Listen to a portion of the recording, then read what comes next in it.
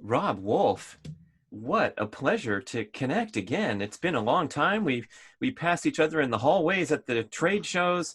We had you up to the Lake Tahoe Primal Con many years ago. That was a great Hmm. retreat up there. But you're a guy on the move, so I think we better start out by checking in on this global travel relocation schedule of the Wolf family. Yeah, well, it's nothing I really wanted to do, but we gave a shot down in Texas. We really like it, but most of Nikki's family lives kind of out in the west, more like Reno and Idaho, and we we may have some leverage on them to move somewhere else, but it's not Texas. So we're looking at trying to rally the whole family somewhere around like Wyoming or Montana. So we're looking at maybe scooting towards Montana sometime in the spring. So yeah, yeah. Just to depart from a health show into the economic realm, it seems like there's going to be a mass sort of relocation or exodus from the urban areas prompted by the quarantine, of course. But I'm also thinking that just the explosion of culture and the internet and all these things, where now you can go waltz into some podunk town in Montana and there's a CrossFit box and there's cool people at the health food store and hikers and mountain bikers, and it seems amazing to me to see this explosion. It's cool. It's a double-edged sword. The irony is that a lot of what makes these people want to flee the urban areas, those people screw it up in short order. I think that a little bit of respect for the indigenous culture of an area that you move to would be helpful instead of going in and immediately changing everything in your kind of utopian worldview. Maybe tread lightly and try to blend in and assimilate a little bit might go a long way towards making fewer ruffles and actually keeping the place nice because it was nice for reasons different than oftentimes the places that you're leaving. So yeah, not to get overly political in that, but yes. A public service announcement for all of those of you wishing to move to cool places. Yes, it's easy to spoil. I lived in Auburn for a long time, out in Hmm. far suburb of Sacramento and the hub of Western States endurance running and the trails and Hmm. everything. And people would come up there from town, for their weekend trail run. And you'd see all this litter on the trail, like their energy gel packets and stuff they shouldn't even be consuming anyway if they were eating a proper diet. But it was like, there's someone going to pick up after them, or some kind of mentality where they're just not really they're in nature, but they're not understanding the whole scene or something. Yeah, yeah. Well, it's funny because I am from Northern California originally, but we've been in Texas coming up on 2 years, and I have a bit of an Arkansas drawl from my mom, and I forget what I was in some crowd of people, and there was some shenanigans happening, and the guy. I was chatting with the guy, and he was like, "Well, clearly you're a local here, like me," and so that was kind of cool. That was kind of cool that I passed the Central Texas sniff test at least at some superficial level. So yeah, like treading lightly would it goes a long way towards making for good neighbors. Yeah, yeah. Okay, we'll look forward to a future update, another relocation in store. I love the idea of rallying the family, and I've moved to the places that I love the most, and that's important. But I feel sad that we've kind of chased careers or personal preference at the expense of having that nucleus of family that some people have for generations and generations. And now it's so easy to move to a cool new place, but yeah, how are you going to do that? What are your enticements? Well, You and cook them dinner every Saturday night. It's a a gourmet meal. Yeah. well, I mean, they're in a similar spot where they, with so many unknowns in the world, just kind of wanting to have that like kind of base of operations for sure. And part of the thing that's drawing us to this area of Montana is that the Straight Blast Gym organization that I'm a part of with Brazilian Jiu Jitsu, there's several gyms there, and they're 10, 11 years old. They have a really deep culture there and a lot of folks, and so I guess somewhat similar to like plugging into a CrossFit gym or something like that. You can transplant and plug into something like that, and it kind of accelerates kind of developing some local networks and friends. And both our daughters are 6 and 8, and so they're enjoying Brazilian Jiu-Jitsu. But what they really enjoy is having friends to play with. You know, we homeschool them, and so that's a primary part of their socialization. So in addition to hopefully getting our biological family closer to us, we have this jujitsu family that is already there, and you know, we just need to again plug in and tread lightly, and should fare pretty well on that. Yeah. Okay, well, good luck. And speaking of jujitsu, I just saw this shocking social media post where you said you're 48 years old and still looking good and feeling good. And I'm like, wait a second. The boy wonder of the paleo movement is now 48 years old. Oh my gosh, time is flying. But I am curious. You look great. You said you're fitter than ever. And this seems like a heavy contact sport that it seems like there's a point where you might want to transition out of that. But I'm just curious in general how your fitness regimen has changed over the years and your competitive athletic goals. You're still hanging in there on the jujitsu mat, which is amazing. But let's get an update in that realm. Yeah, yeah. I just got my brown belt, which is pretty cool. You know, it's a no small accomplishment. I've been pretty consistent for 8 years, so I have made some good progress on that. It's Part of not the like reason an why, honorary, it's not an honorary Robb Wolf brown belt, like an honorary PhD from some school. You had to actually earn it. well, here's the deal with jujitsu. You don't want an honorary anything, because all that getting an advancement does is paint a bigger target on you. And something that will cause people to quit is to get a new belt and they weren't really ready for it, and then there's an expectation of performance there, and you get your ass kicked, and you're clearly not where you should be, and that'll bounce you. So it is a place where participation trophies will get you murdered in that scene. So it usually has some substance to it, and there is different considerations. If I was 24 and you know, a super hard go-getter, then there would be different, you know, standards and considerations around that. But part of the reason why I like this Straight Blast Gym organization, people train plenty hard, they have world champions, people are go-getters, but it has a culture of really measured on ramp. Like, you don't just throw people to the sharks. This is kind of, again, for a CrossFit analogy, I guess. When we ran our gym, which was the 4th affiliate gym in the world, we discovered pretty quickly that just throwing people into the standard class was a great way to get them to quit. Like, if we just wanted to like beat everybody down and show them how not fit they were, then that was fantastic. And we had like 5 people in the gym, and you have no way to make a living off of it. And so these straight blast gyms are very well run. They have fundamentals classes that get people kind of work hardened and ramp them up, and then they slowly expose them to the more live rolling and whatnot. And it varies from place to place, but there's definitely a strong culture of that there. And I just tap early, and I'm a little bit selective with who I roll with. If you've got kind of a young, hard charging knucklehead, I may tell them, hey, you gotta be a little bit mellow, or I'm just not going to train with you, you know? So I think that is a lot of what goes into longevity with this thing. Nikki just got her blue belt, and we trained together a lot.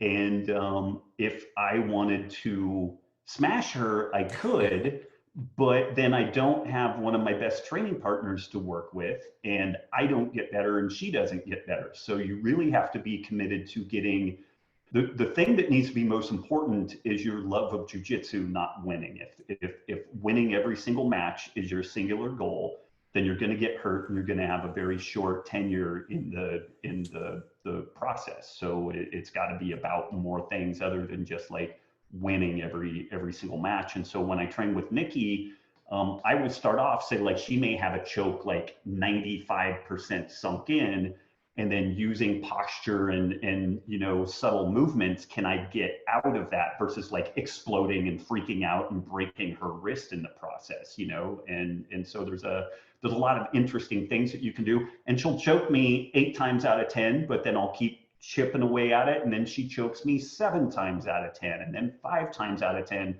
And it's all not using strength. It's using, can I posture my shoulder against her choking arm in a way that then allows me to, sink down and wiggle out and not even use. It's pretty cool when you can get to where you can get out of a rear naked choke not using your hands at all, as an example. Yeah, yeah. Yeah, it sounds pretty graceful. Instead of just raw power, you're also working on your technique at all times and can spar with a opponent of a disparate ability where Yep. both of you guys gain so much from it.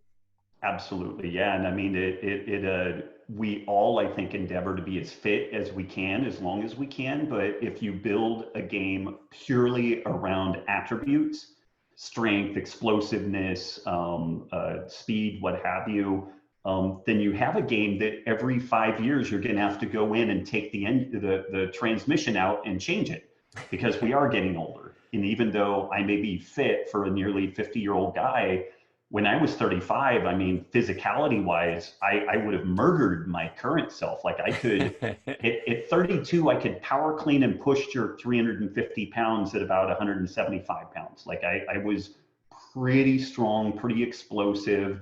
And I still do okay with stuff, but I mean, it's fractional compared to what it was 2 decades ago. So this is another thing that I think is cool about jujitsu, is that if you approach it with the right mindset, so long as you're focusing on technical progress, until you die, you can keep improving technique. And so even though you want to maintain fitness as much as you can, I don't lose anything or win anything based off of my physicality. I try to make it 100% dependent on my technique. And a lot of that is just learning how to lay like a slovenly old man on people and make them carry my weight like a backpack. But that is different than like a max effort trying to manipulate them in the way that I want them to go. So speaking of the aging question in general, you just referenced what 15 years ago when you were at your peak numbers and all that. Now, if you're let's say your life depended on it, or someone gave you an incentive of $100 million if you can go back, turn the clock back and dedicate your entire life to performance here in present day, what are the factors at play biologically that have caused this familiar decline? And you've probably delayed it. I like to think I've delayed it as well as any human could by putting all our parameters into play. But let's say you had, the performance labs Mhm. and nothing else to do in life, so all your energy could go toward back into the powerlifting competition. What's inhibiting you from getting back to there? Or could you, if you had this perfect life where you became the elite athlete of middle age? So one thing is, I ironically had a very severe back injury in 2005 at the hands of Greg Glassman, the founder of CrossFit. And he cooked up a new workout with these things called glute ham bench sit-ups. And my initial exposure to them was 75. And I ended up with basically compartmental syndrome, abdo, my abs. It was almost what is it, a diastasis recti, like when women have, where their abs separate due to pregnancy, issues. But I was pretty broken from that. It was terrible programming, terrible initial exposure. But I was in the Santa Cruz area for a couple of months, and so training at the original gym pretty frequently. And it was maybe 12 days later that we were pulling max deadlifts, and I had close to 500 pounds on the bar, which normally is not that big of a deal for me. But my abs were so compromised that I folded under very high load very rapidly and had a very severe spinal flexion injury, some partial rupture of L4 or L5 S1. And over the course of time, I've been able to rehab a lot of that, but a significant amount of the loss of, say, like lower body strength, I've just had to shift to mainly unilateral loading. I don't really squat or deadlift heavy. I've been doing some kin stretch for the past couple of years with some different folks, and that has got me back in the game better. But anything very heavy, I feel it in my back. Like I've found some strategies for the better part of 10 years, I could not really squat or deadlift. And so I'm back to a spot where I can squat and deadlift, but it's like low 200 pounds. And so, to answer that question, orthopedically, I don't know if I could get back to that. Like, I don't know if I would need like a back disc fusion or something. And then, what am I giving up there? In general, what we see is that after about 25, maybe definitely 25, like with sprinters, we tend to see a decrease in max power production, like the maximum, expression of fast twitch motor units. If we are training hard and smart, you can maintain that for a good 15, maybe 20 years. So really kind of hang on to that. But this is one of the things that makes me a little bit crazy about the protein phobic people and the folks that are really excited about like tons of fasting and whatnot. They're doing that mainly with the thought that they're going to avoid cancer or avoid, neurodegenerative disease or what have you. And the reality is that for anybody, even somebody eating a terrible standard American diet, cancer, diabetes, neurodegeneration, heart disease is all a potential that is worsened with poor diet.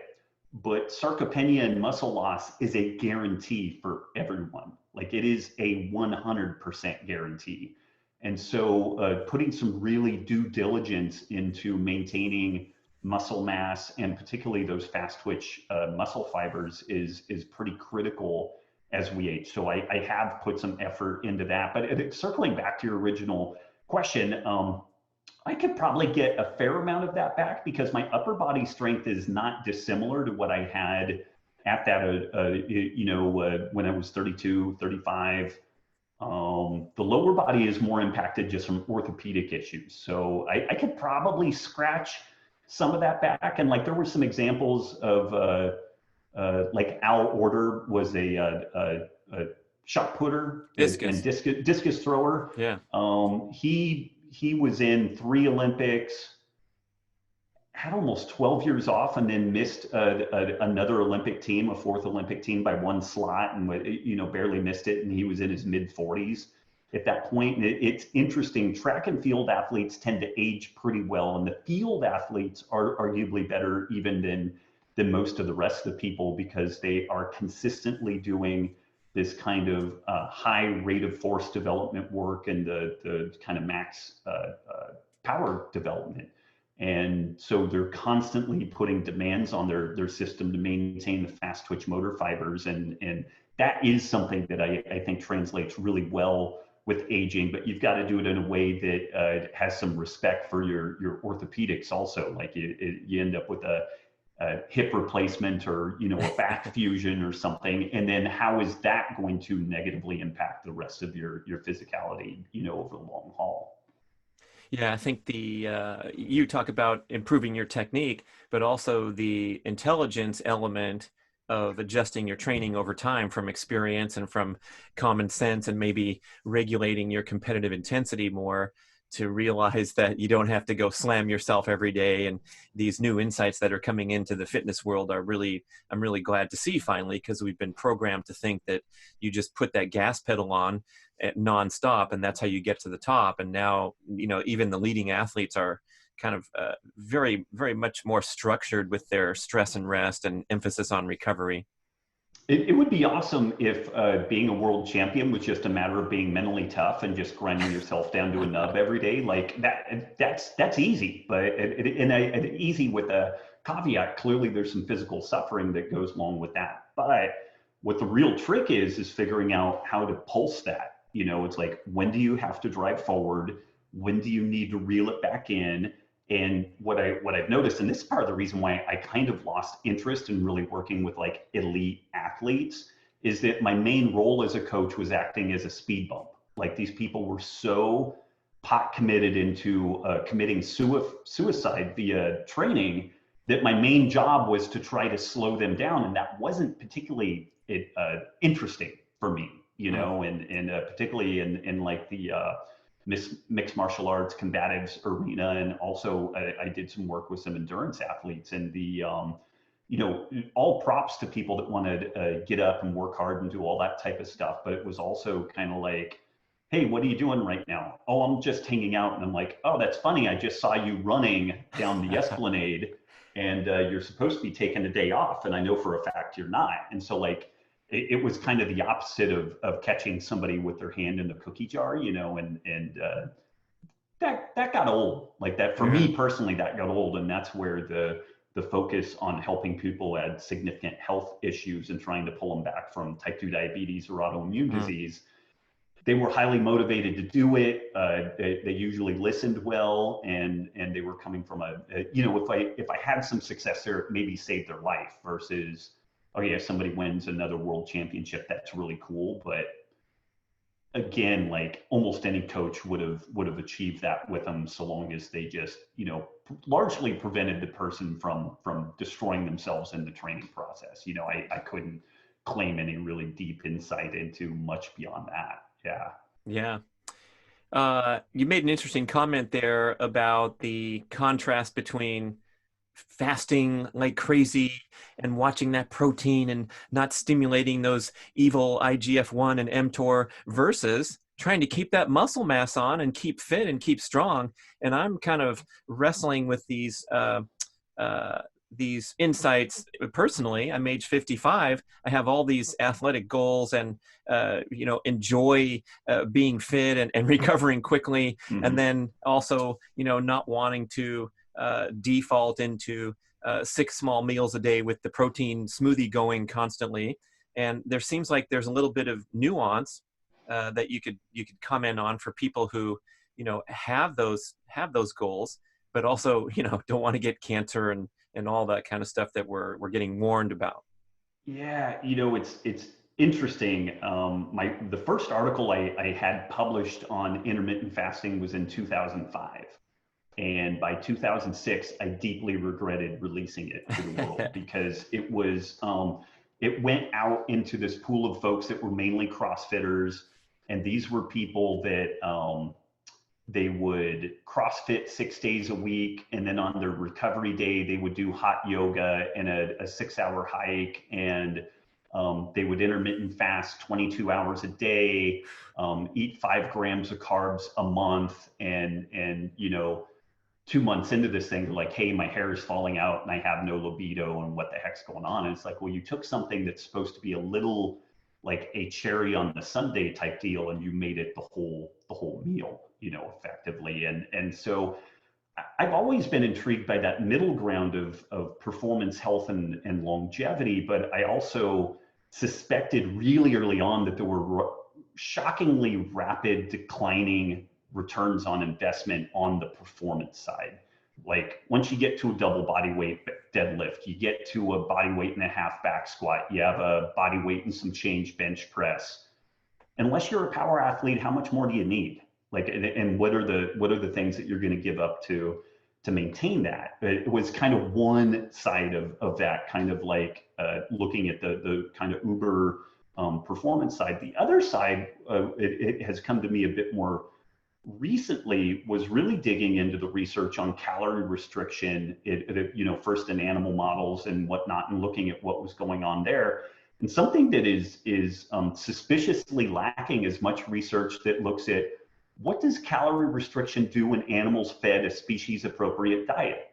Mm. And the very few studies that have been done on that, what it consistently does is it shortens their lifespan every single time. So what is happening in these calorie restriction studies, because dietetics wants and nutrition science wants to be precise, they feed these animals this highly processed lab chow type diet so that we know exactly how much protein, carb, fat they have, what their vitamins are, what their minerals are. So on the one hand, it's kind of laudable because they're trying to introduce accuracy and precision into this story. But at the end of the day, what these animals are eating is a shockingly highly processed diet. And if we know anything, eating less of a highly processed diet is probably better than eating more of it. And so at the end of the day, I think that virtually everything that we associate as beneficial beneficial with a calorie restricted diet is simply reflecting that you are protecting the animal from eating a super processed diet. Because again, there's not very many studies where they look at a species appropriate diet, say like for mice or rats or something like that. But the few of them that are there, it's really interesting. You do not see a survival advantage for these animals when they're eating kind of species appropriate diet. And funny enough, what you do see is an enhancement of longevity in these animals because they're living in basically like a safe modern world, but eating a species appropriate diet. Huh. Oh, okay, that's interesting. So, and again, circling back around, we don't know that tons of fasting and protein restriction is going to save us from cancer or neurodegenerative disease or really anything else. It's totally speculative. The extrapolation that's being done is from animals that are overeating currently. We know that overeating accelerates the problems of cancer, diabetes, neurodegenerative disease, and whatnot. We also seem to see very, very little of these problems in environments in which animals are not chronically overfed. So this is where I'm just very suspicious that once you get to a spot where you're eating adequate protein, which I think is actually a lot more than what most people are eating, and it doesn't mean you need 6 meals a day, but you should probably not eat 1 meal a day. Something crazy like 2 meals and a snack might actually be good for both pulsing these growth signals, but also not being buried under growth signals. So like, something insane like 2 or 3 meals a day might actually not be a bad idea, and doing some timing around, exercise and stuff like that.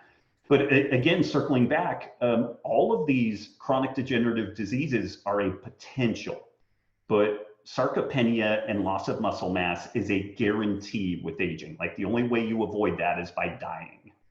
And what I've noticed when we used to do these things called in-person events, and you would actually talk to people in real life, is that I would meet folks, and in chatting with them, it's like, hey, so what are you up to? Well, I'm just finishing up my 4th 72-hour fast this month or whatever, And the person didn't look good. They didn't look healthy. They didn't carry any significant muscle mass. And to be honest and maybe a little harsh, they were indistinguishable from a raw vegan that had kind of drank that Kool-Aid too much, And when I would talk to them about how much protein are you eating, how frequently are you eating, they had just kind of uniformly fallen off of this cliff where they had figured out a way of surviving on as few calories, as little protein, and as infrequent eating as was potentially possible.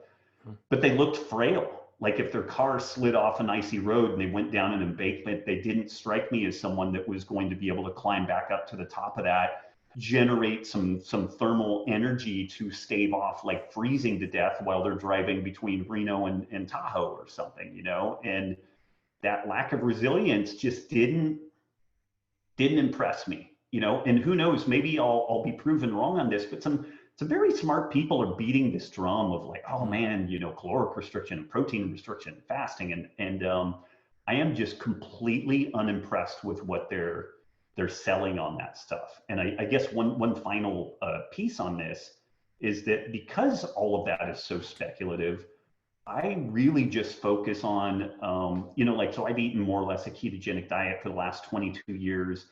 My cardiovascular health seems to be good, but if I'm going to die 5 years from now from a heart attack, I don't know what else I would do, because if I introduce much more in the way of carbs into my diet and life, I don't feel good. I'm foggy headed.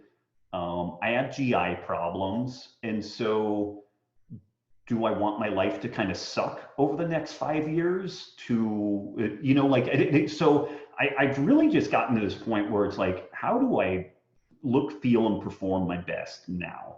And I've got a little bit of a hope that that's going to translate into some good things later. It just struck me one final piece. The vegans and other kind of protein phobic people like to cite these studies about the blue zones. There was a fascinating paper that was written about the data collection around the blue zones, and it made the case that it comes from regions that have terrible record keeping, no birth certificates, and exceptionally high rates of pension fraud. So what happens is grandpa dies, and then the father assumes the role of grandpa. Nobody knows he died. He gets buried in the backyard. And then as far as the government knows, he's still alive. And now father has taken on grandpa's role so that he can take the pension. And this is rife through the areas that are characterized as blue zones. So that whole thing appears, to my mind, to be an absolute hoax that has been spun into like all manner of just kind of bullshit along the way. And so, lots of different things kind of zeroing in. And my thought, to maybe put a cherry on this sundae is, I think if we lift weights, maintain adequate cardiovascular fitness, some good mobility, do things that are cognitively challenging, I think we can be really, really fit into our late 80s, maybe early 90s, and then we're going to die. And it should be like kind of a fallen off a cliff type thing, kind of like Mark's stuff, live long, die quick kind of deal. And I think that that's very, very reasonable. Absent some sort of interesting medical intervention, I don't see people living to 110 or 120 consistently. Might happen on an aberrational type of gig, but yeah, Dave Asprey's going to go 180, so that'll be an aberration. The funny thing is Dave isn't likely to make it to 70 because of the stuff that he does. I'll go on record that I'll be surprised if Dave makes it to 70, given some of the ridiculous stuff he does. So yeah, I think it's actually going to be fractional compared to what he's claiming. Yeah. Besides that, no controversy from Robb Wolf about Greg Glassman's programming and the blue zones and the incredible, just momentum. I don't know that there's any pet theory out there that I didn't just like walk up and like pee in their punch bowl with all of that. Yeah, that's why we love you, man. I'm my goal is to kind of, shoot straighter and be more, entirely forthcoming with my opinions on the show. And I'm doing a whole show about it actually. But when you're out there, throwing these ideas out, that's what advances the conversation. And thinking critically is a wonderful exercise. I contend that this compelled me to get there when I listened to the carnivore rationale from Paul Saladino and Sean Baker saying, hey, these plant foods might not be good for you, and you don't need them for health. And it shattered like the only common ground that we still had from the vegan community and the primal paleo. Everyone's eating their big salad, and now it's like, oh shit, we gotta backpedal even further. But it's a good exercise to just challenge these beliefs and not stay fixed and rigid. Yeah, absolutely. Yeah. So regarding that, I guess you'd call it a dilemma maybe of, how much nutritious food should I eat? We know we don't need any crappy calories for any sake, even an elite athlete. But in determining that path, could we look at body composition? And if you're in, adverse body composition zone, do we have a different set of parameters to choose from versus a guy who's going for longevity, preservation of muscle mass, athletic goals, staying away from cancer, heart disease risk, and all that? Yeah, so that's a really good point that I didn't make clear there at the beginning. If folks find some fasting beneficial as part of, say, like a weight loss process, that's fantastic. The little bit of pushback I would provide even there, though, is I would really encourage people. The big problem that I see with people using fasting as, say, like the sole means of weight loss is someday you have to eat again. And the food that you were eating before is this hyper palatable processed crap that bypasses the neuroregulation of appetite and encourages us to overeat. And so if fasting is kind of the main tool you use, then you didn't likely develop tools and patterns that are going to allow you to navigate the modern world. And if you want to eat one day, don't eat one day, and that's going to be your life, I guess that's one way to do that. But again, thinking about this from kind of a health and longevity perspective, lift weight. Like I would encourage people, if you're not lifting weights at all, for the love of God, do some strength training. And it could just be like a circuit machine deal where you go in and you get one movement and you very lightweight, do it 12, 15 reps, a little heavier weight, 8 or 10 reps, a little heavier. And you just keep doing that until you can only do like 3 or 4 reps, then move to the next thing. Work your way around the circuit, 10 or 15 minutes, do some mobility work, done. Like it doesn't have to be super complex. I would recommend doing maybe a little bit of other stuff, but some people hate the gym. So I get it. Like get in, get out. It's like a military exercise. Like, spend as little time on the ground as you possibly can, but you're not doing strength training or resistance training. Do that. If you're doing some resistance training, but you're contemplating, should I do a 72-hour fast this month or a 48-hour fast?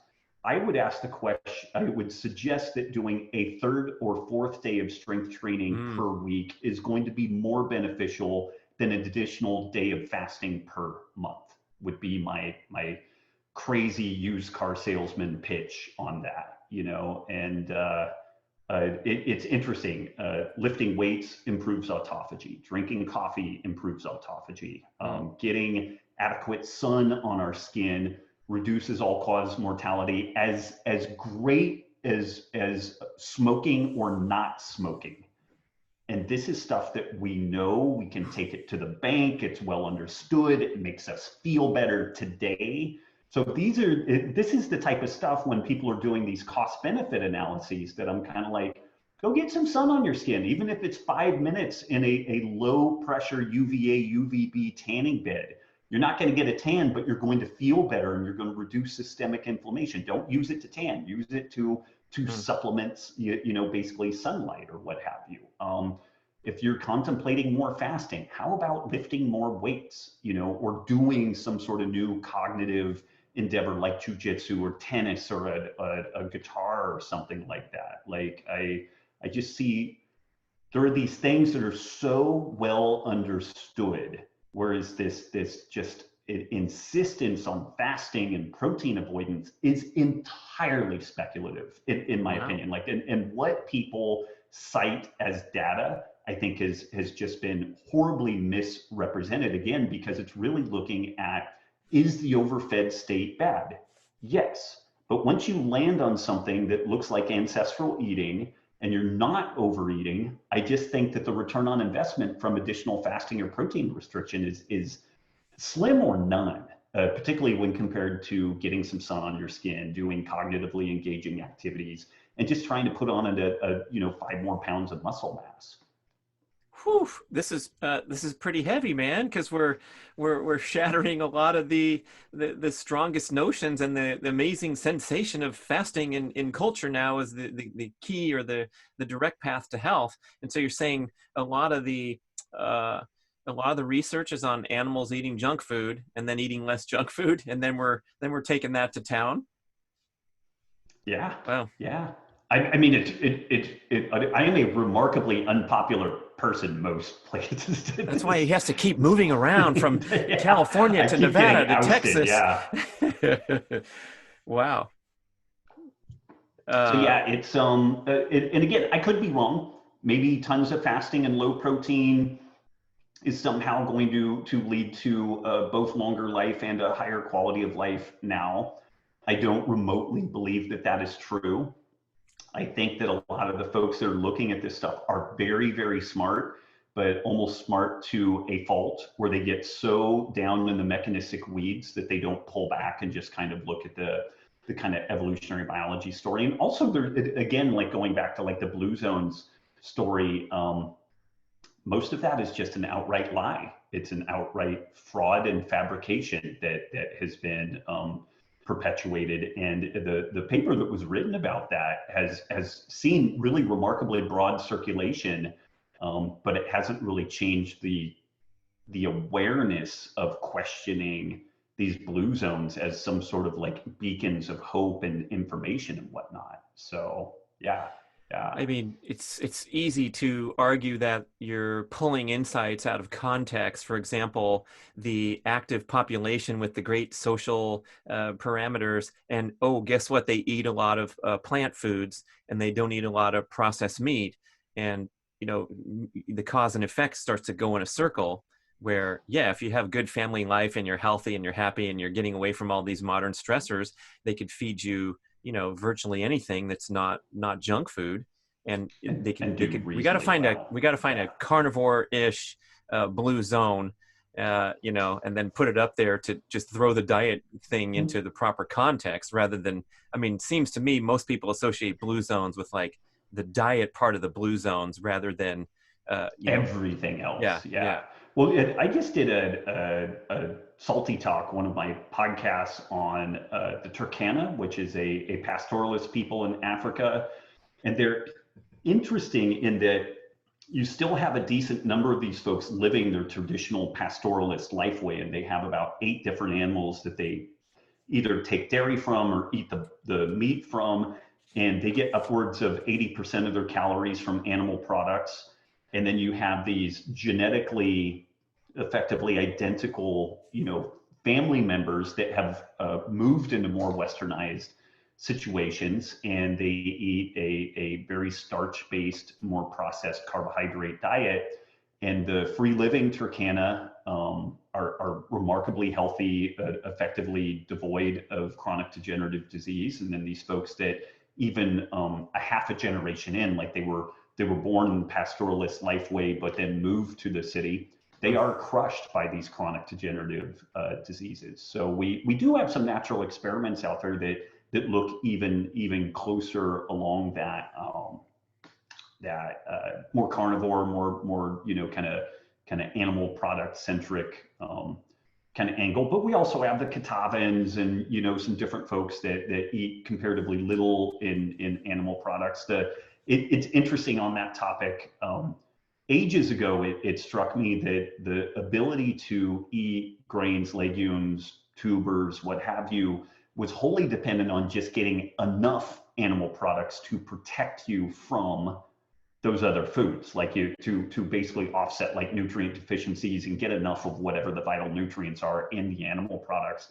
And it occurred to me, but I never really articulated it until noodling on the opposite side of this thing, looking at it from kind of the more carnivore perspective. Whew. So back to the uh, optimal decision making of what, when, how much to eat in the diet.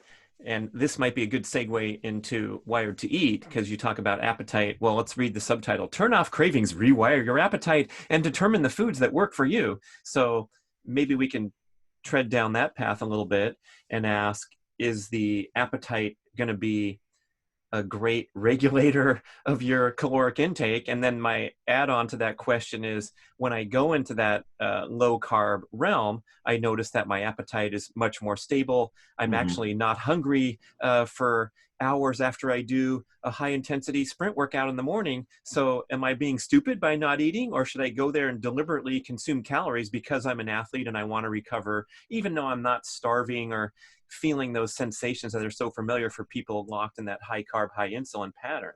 Yeah, really good questions, and the best answer I can provide is I don't know, but we might have I knew it, man. I predicted some it because yeah.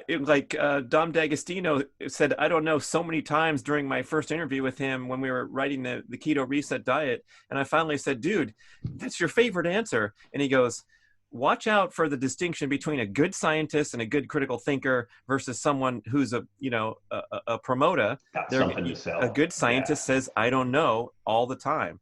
Well, I Hey, haven't so said I Robb don't know Wolf's in there, too. man. I haven't said I don't know too much on this, but what I'm selling people on is lift more weights, eat more protein, and what have you. And I think that's fairly defensible. But when we look at appetite control, protein tends to be the most satiating macro that we have. And there is kind of an interesting inflection point with this, where a significant amount of protein is highly satiating. If you eat more protein, you actually get more stimulation of the appetite, because At some point, we need either carbohydrate or fat as a cofactor to deal with protein. This is the whole rabbit starvation, kind of phenomena. So, for me, eating somewhere around like 150, 170 grams of protein per day, maybe 200 grams of protein per day, it's plenty for growth and maintenance. It provides great satiety. But when I've tinkered with things, if I get up around like 225 grams of protein, which is a lot, and it's hard to just do that protein,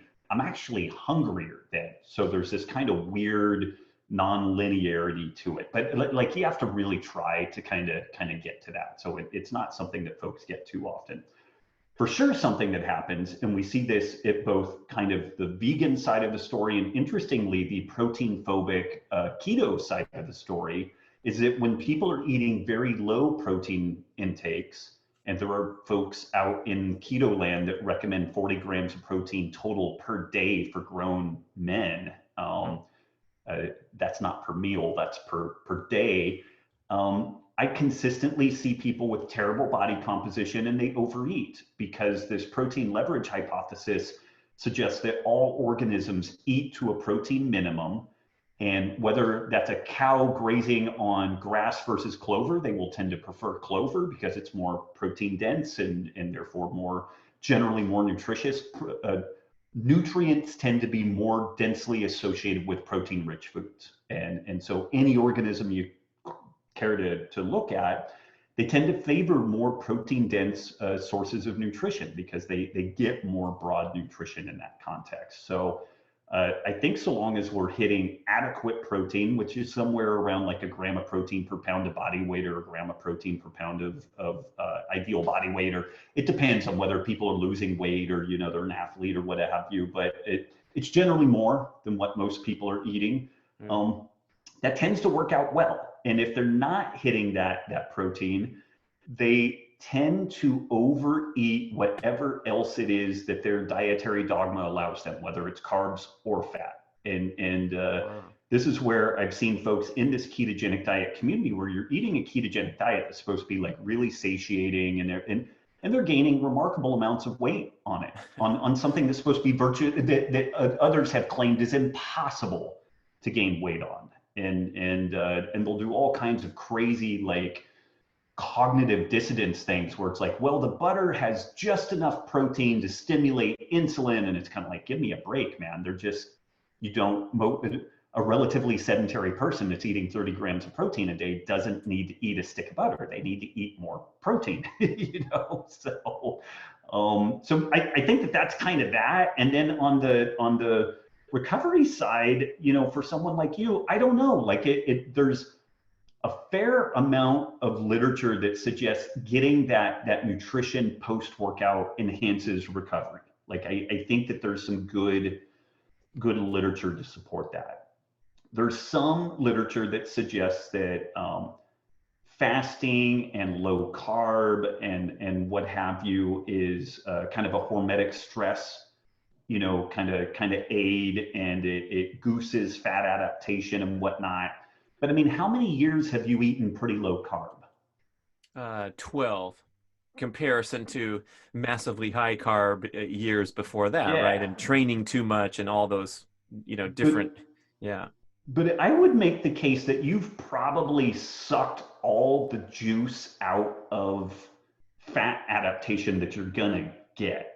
And so I'm going to be 49 in a month. You're 54, 55? 55. 55. Okay. So in my mind, for us, like that performance is important and everything, but a key part of that performance is maintaining that muscle mass, and so in my mind, that really kind of shifts some orientation towards, get that hard workout, get those hormetic stress elements from being keto adapted, from doing some fasted training, and then eat. And I wouldn't be surprised also if over the course of time, like if you have habituated to not eating until later, then that is part likely of the reason why you're not hungry till later. Like your circadian biology has kind of been trained to that. But I would personally kind of stack the deck a little bit favorably on that growth and recovery side. and just kind of give it a 1 year experiment and see how you do with it. Like, are there obvious upsides? Are there any obvious downsides? And kind of tinker with that. But I think the fact that you're already low carb, you're already doing some fasted training, how much more are you going to get out of it? Right. Pushing that recovery phase, out. And it is, and some of the critics of say like keto and low carb, they're accurate in that it is a stressor. So training is a stressor. Low carb can be a stressor. Fasting can absolutely be a stressor. How many of those things do we want to stack and daisy chain together? Oh, my cold water plunge. I forgot that too. Oh yeah. And it certainly couldn't be 70 degrees. It has to be 48 degrees. Like, for the love of God, you can die in it, other than Wim Hof, or unless you're really dialed in that breathing and have trained your brown adipose tissue to produce a lot of heat. You can die pretty goddamn quickly in 70-degree water. So this is something that will kill you in a matter of an hour or two if you are stuck in it. And that's not even wind or anything else. But I really like you brought that up. Like, 70-degree water is a fine hormetic stressor, and it doesn't make you rue the day that you were born going into it. But again, people are like, wow, man, well, I'm all the way down to 48 degrees and I had to break the ice on this thing and it's absolute misery. It's like, okay, if you want to adapt to that, like, again, Wim Hof and some people like that have adapted into that. And I don't think it poses the same type of physiological stress to them because they have adapted to it. But man, take some baby steps on that. If 70-degree water is cold, and stick with that for 6 months or a year, and then start ratcheting it down. Like, folks are in such a ridiculous hurry to try to get somewhere with this when, 70-degree water is cold. It will kill you if you stay in it long enough, and it absolutely is good enough for like a hormetic stress response. You'll be shivering for a long time after one of those swim workouts when the pool heater's broken. I know that feeling. Yeah. I'm trying to get it over with quickly, so I'm going for lower water temperature in my chest freezer just because I don't want to spend 12 minutes. I'd rather spend 3. So hopefully that rationale makes sense. But I would just, it's another one of those things there where dose response curves really do matter, and like, if it's, again, and I might be wrong, I might be completely wrong on all this stuff, but you may have like thermally adapted to this so that, say, like, your brown adipose tissue spins up and produces heat. And so it's not as stressful for you as, say, like it would be for me. Like, being in 48-degree water is miserable for me. Like, I absolutely hate it. I just detest it. But I have slowly I've been doing my Wim Hof breathing. I've been tinkering with it, but I'm taking a 5-year approach to this thing. Like, I'm not really in a hurry to get anywhere, because I know when I've done too much cold that I feel horrible later. Like, I'll feel pretty good in the moment because I've got a bunch of endorphins, and then I crash, and I'm actually doing something counterproductive. Whereas if I do 3 minutes in 68 or 65-degree water, I feel great, and I feel great the whole day. So I've really been very careful at looking at that dose response curve to figure out, okay, what's optimizing everything that I have going on here. Yeah, Kelly Starrett, when I first started getting into this, he said, don't go to the point of shivering, because that's stupid and you're just showing off if you're trying to set a timer or something. Yeah. And back to your idea about experimenting and testing, I'm thinking of an insight that Tommy Wood shared with me. And he said, eat as much nutritious food as you can until you start adding body fat. And that's your curve right there, of course. Yeah. And that makes so much sense. And it's so simple. And they counsel their athletes that they work with. And, for most people with the desire to drop that frustrating excess body fat, then you can try your fasting and do all those things. But yeah, good. Geez, Rob, this has been pretty wild times. I want to plug Sacred Cow, and I guess we can just give a little tidbit about the film and the book, and then people can dive in for further details. Yeah. So Diana Rogers and I worked for 5 years, 4.5, 5 years on Sacred Cow, the book and film, and it tackles the ethical, environmental, and ethical, environmental, and health considerations of a meat-inclusive food system. So we try to take on some of the things like meat gives you cancer. Meat it disproportionately produces greenhouse gases.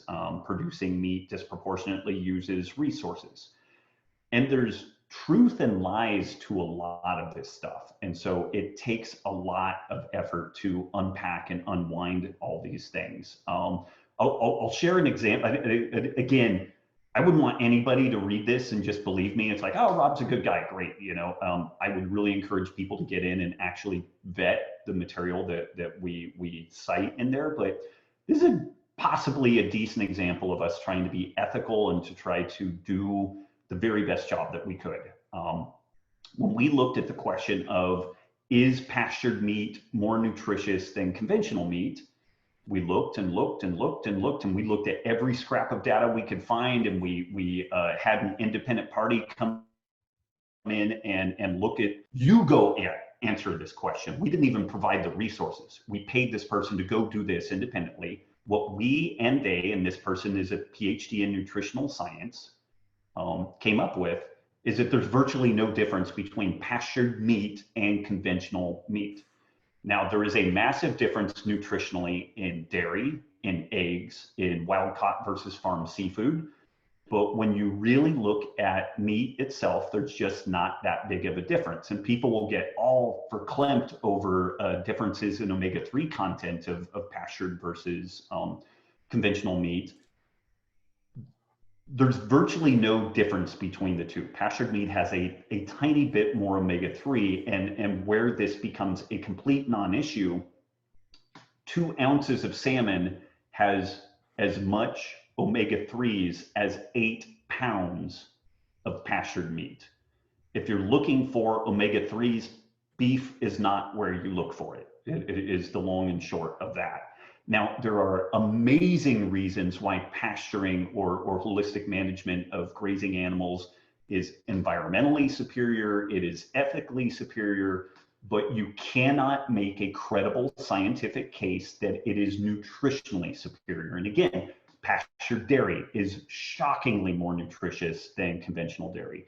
Pastured eggs, same deal, and wild caught fish, same deal. But when we're talking about beef, lamb, etc., it's just not the case. And we have had people just lose their minds on us. They're like, well, you've got to have this wrong. And I'm like, have you written a book on this? Like, did you spend 5 years reading? Well, no, this guy said something. I'm like, well, I don't know who that guy is. And he didn't put as much time into this. And like, honestly, we considered just lying about this. We're like, what's the big deal? Let's just lie, because it'll be like the vegans. We'll just lie. And then it's like this wall of truth, because the vegans always do that. Like, of course, animal, it's good for your bones, it's good for this, it's good for that, and we'll ignore all the little inconvenient truths. But the reason why we didn't is that a vegan doctor or researcher could get in and look at our claim that conventional meat and pastured meat are identical. They could easily prove that that point is not true. And then it calls into question every other thing that we perhaps got accurate in that thing. So we really did the best job that we could to be correct in this, even when the science led us to an answer that wasn't satisfying for our preconceived notions around it. But man, I tell you, we've had more pissing, moaning, and backbiting over that from like our meat elitist, paleo, primal, keto scene than we've gotten from the vegans. The vegans, I think, have we did such a good job on the book that the vegans did something smart, and they just don't talk about it at all. They don't want any attention. They don't want any hubbub, because we wrote it as like the absolute manifesto response to like Game Changers and Cowspiracy and all the rest of that. So we've had no negative reviews, no pushback from the vegan quarter, but we've had a remarkable amount of pissing and moaning from like people that we would otherwise think would kind of be on our team. And it mainly relates back to this this topic of like, no, pastured meat must be nutritionally superior to conventional meat. And I wish that was the case, but it just isn't. Not with the current data that we have. Wow. What an interesting strategy to ignore it And maybe we should do the same with game changers and say, "Oh, I haven't seen it, don't know anything about it. Next question." Well, Instead of trashing it and attacking and giving all that attention to, the someone has to go watch it now since we've heard how much criticism it receives. yeah, there is a little bit of an asymmetric warfare though, in that uh, you know, big name movie producers are backing these things. Hmm. Netflix backs these things. The film Sacred Cow, which is a companion to the book, we Diana got it to the highest tier of leadership at Netflix, and everybody below that was incredibly excited about the film. It hit that upper tier of leadership, and then they went dark on us and never said another thing. And so there's an asymmetric warfare that's being fought there where I think the vegans, when we have something good to say, are smart in a way because they've got the total upper hand, like political culture, social media, all the do-goodery kind of woke people are all very, very, very pro-vegan. And so it's a smart move for them. They totally have the upper hand with everything currently. And so some upstart film and book that really has the right of things, oh yeah, by all means ignore it. Like don't shine a light on it. Don't get anybody curious about it. We unfortunately do have kind of a different task at hand because everything from school lunches to World Health Organization dietary and climate change recommendations, social media, like the algorithms of what Facebook, Twitter, Instagram do and don't suppress online are all very meat, not favorable towards meat. So we do have a very different battle to fight there. Just to call attention. Yeah. Yeah, yeah, yeah. Oh man, give me the rationale why we need to check on our electrolytes, and then I'll let you go. I appreciate your time so much, but I know you're really excited about this new project, and it seems like there's been a lot of a struggle in this realm where people don't even know why their diet's not working, and they haven't addressed the electrolytes properly. So LMNT, let's wind him up. Here he goes. Yeah, Element's kind of an interesting story. Like I've eaten a low carb diet for 22 years, pretty much on the keto side. I have generally done well with it, but I noticed that I did pretty well with like gymnastics and weightlifting, but kind of high motor activities, Brazilian jiu-jitsu, legit intervals. I really struggled on it. Like I didn't have a low gear for it. And my solution with that was reintroducing some carbs. And then I didn't really feel as good cognitively. I had GI problems, and I was kind of back and forth on this stuff. And it was just a constant bugger for me. And I started hanging out with two guys, Luis Villasenor and Tyler Cartwright. They founded Keto Gains. Great guys. And they've probably worked directly with more people on intelligently formulated ketogenic diets than like anybody on the planet. Like they just have a huge community and do really good work. But I started hanging out with them. I'm like, hey, could you guys look at what I'm doing here? I'm trying to do jujitsu. Here's what I'm eating. What else do I need to do? And they took a quick look and they're like, you're not getting enough electrolytes, specifically sodium. And I was like, oh, no. I salt my food. I'm a biochemist. I know what's going on, And so I had secured these guys as my coaches. And what I did was what virtually everybody does when they have a coach. You ignore them. You ignore their good advice and you don't listen to it. And so a good year went by and they patiently were waiting for me to have my breaking point. And I circled back around to them again. And they were like, no, man, you need to up your electrolytes, specifically sodium. So I did.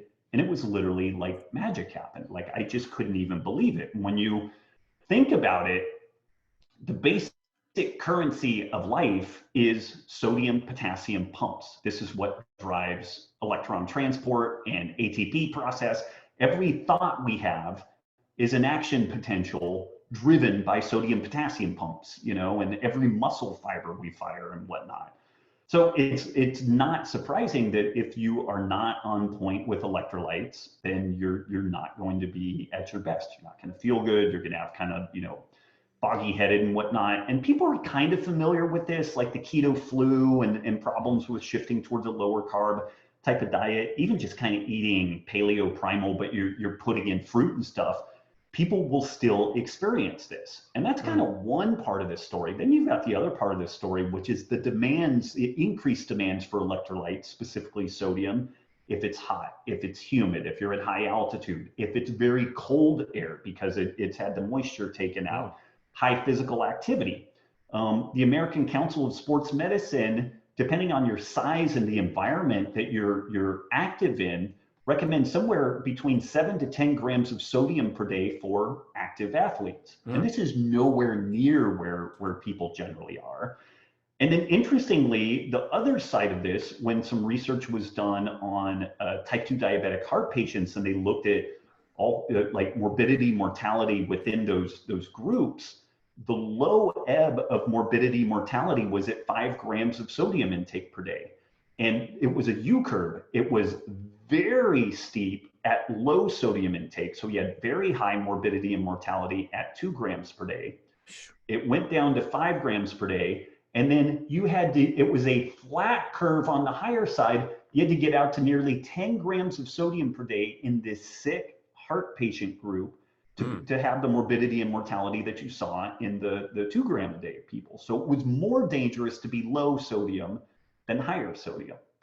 So we kind of had these things as these brackets, and we recognized that folks in this community and beyond, even more mainstream, really would benefit from better electrolyte management. And what we did initially was we created this pretty slick downloadable guide to make this stuff we called Keto Aid, and it Mm. was this much salt and this much no salt and this much like magnesium citrate. Put some lemon juice in it, put some stevia in it, go be achieve. And we had like 500,000 downloads for this thing. Like people loved it. Ooh. But then we started getting tagged on social media where folks were like, hey, love the Keto Aid, but when I was going through TSA, the guys didn't like my 3 bags of white powder, LOL, And so we just started asking the question, would some sort of a convenient, ready, add water mix kind of electrolyte thing, would that be helpful for people? And we got together and created the company like coming up on 2 years ago now, and it's just done great. We're the official hydration sponsor of Team USA weightlifting. We've had Mm. significant inroads into the special operations community within the military. We have a good number of NFL, Major League Baseball,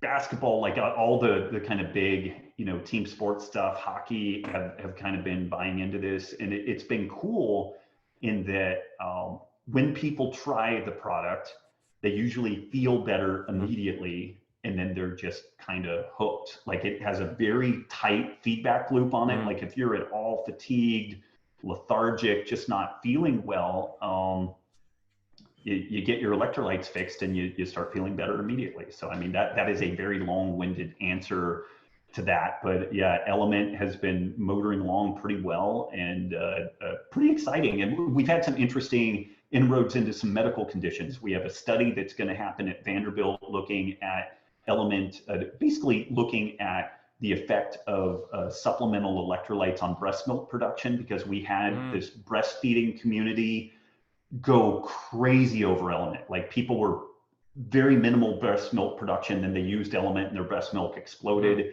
And there's some pretty good mechanistic reasons for why that is.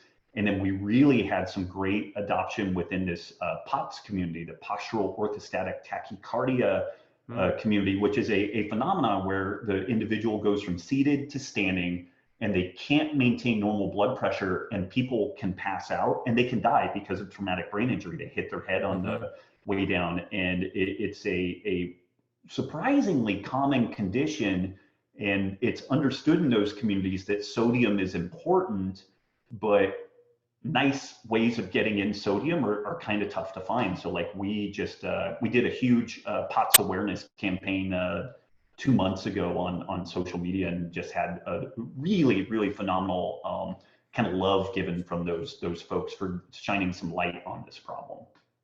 Fantastic. I'm in, man. I gotta go get some Element Well, listeners. you should have Please go received grab. some. I thought that Yeah, it's I in my should have PO sent some box out to waiting you. there. Yeah, that's Yeah, a it very probably nice is. gesture. I Yep. appreciate it. Everyone, we got to go grab some. You get it on Amazon, or should we go to the website? Amazon, Or and then yeah. drinkelement.com is the main website. And we have a ton of just educational Mm. material over there, not just electrolyte related, but on a lot of different topics. Yeah.